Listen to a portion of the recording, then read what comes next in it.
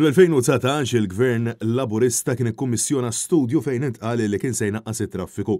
Iżda llum il-ġurnata l-Ministru responsabbli mit-trasport Chris Bonet qed jgħid li tbassir ma setax jipprevedi dak li ġara, ċewwe iż-żieda fil-popolazzjoni. Nistgħu ngħidu li dawn il-predictions huma vera? Is-sabiħ tal-predictions x'inhuma? Prediction itik stampa ta' dak il-ħin ta' x'taħseb illi sa jiġri. U mbagħad jiġru affarijiet illi fil-moment illi inti tkun għamilt dik il-prediction kapaċi illi alteraw dak li kun ġara. Meta saru, pereżempju, huwa fatt magħruf illi kellna il-popolazzjoni tagħna żdiedet. Sqarrija li turi biċ-ċari li l-Gvern tal-Labor ma pjanax fit-tul minkejja l-mudell ekonomiku illi applika fuq pajjiżna u stess fl-aħħar snin, dik tal-kwantità fuq il-kwalità bżieda eżorbitanti fil-popolazzjoni. Mistoqsi minn Net News kif ma laqgħux għaż-żieda fil-popolazzjoni u għal-ewwel saħaq illi ħadd ma basar li ġejja l-pandemija mbagħad qal li l-popolazzjoni żdiedet minħabba x-xogħol. Ma kienx imbassar iż-żieda fil-popolazzjoni fl-2019. Il-modell ekonomiku ħadem, hemm din narrattiva li rridu nbidlu l-modell ekonomiku, tajjeb. Jekk dan il-modell ekonomiku. Il-modell ekonomiku ħadim xi qed nistaqsik, jekk kienx imbassar iż-żieda fil-popolazzjoni fl-2019 bil-modell ekonomiku illi taħdmu.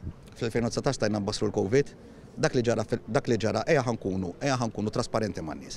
Dak li ġara qabel l-2020 l-istudji kollha li saru.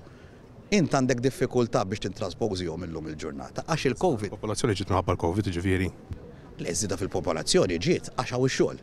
Mistoqsi mill-ġurnalisti kif se jkun qed itaffi l-problema qawwija tat traffiku Bonet sostna li għaddejjin bi pjanijiet u strateġiji iżda metta li l-ebda Ministru huwa se jsolviha waħdu u l-poplu jrid ikun lest jagħmel is-sagrifiċċji. Ara ma naħsbux illi ġej Ministru partikolari u minnu u mill-liema partitu mhux qed inkun partiġan fiha din illum hawn jiena f'dan is-siġġu li waħdu ħajagħmel hekk u ħajsolvi l-problemi ta' traffiku f'Malta. Irdu nagħmlu forsi ċertu sagrifiċċji illi ma nikkontemplawhomx, illi rridu nqumu fil-ħodu ngħidu forsi llum il-karozza mhux sa nuża. Intant wara illi ftit tal-ġimgħat qabel l-elezzjoni ġenerali tal-2022 b'ħafna pompa il-Gvern deri li kien kommess jibda jinvesti fil-metro biex jaqleb radikalment is-sistema ta' vjaġġar f'pajjiżna kollox qed jindika illi l-Gvern se jkun qed jagħti għall-ġenb. Staqsejt lill-Ministru għall-Ekonomija Silvio Xkembri dwar il-metro u qalli biex nistaqsi lilek fiex wasalna bil-metro. Mela, il-metro hija xi ħaġa l-istess, dik hija xi ħaġa li tħabbret fil-passat, saru studji fuqha li konna sistema long term ta' kif għandna nivvjaġġaw jien naqbel magħha 100%.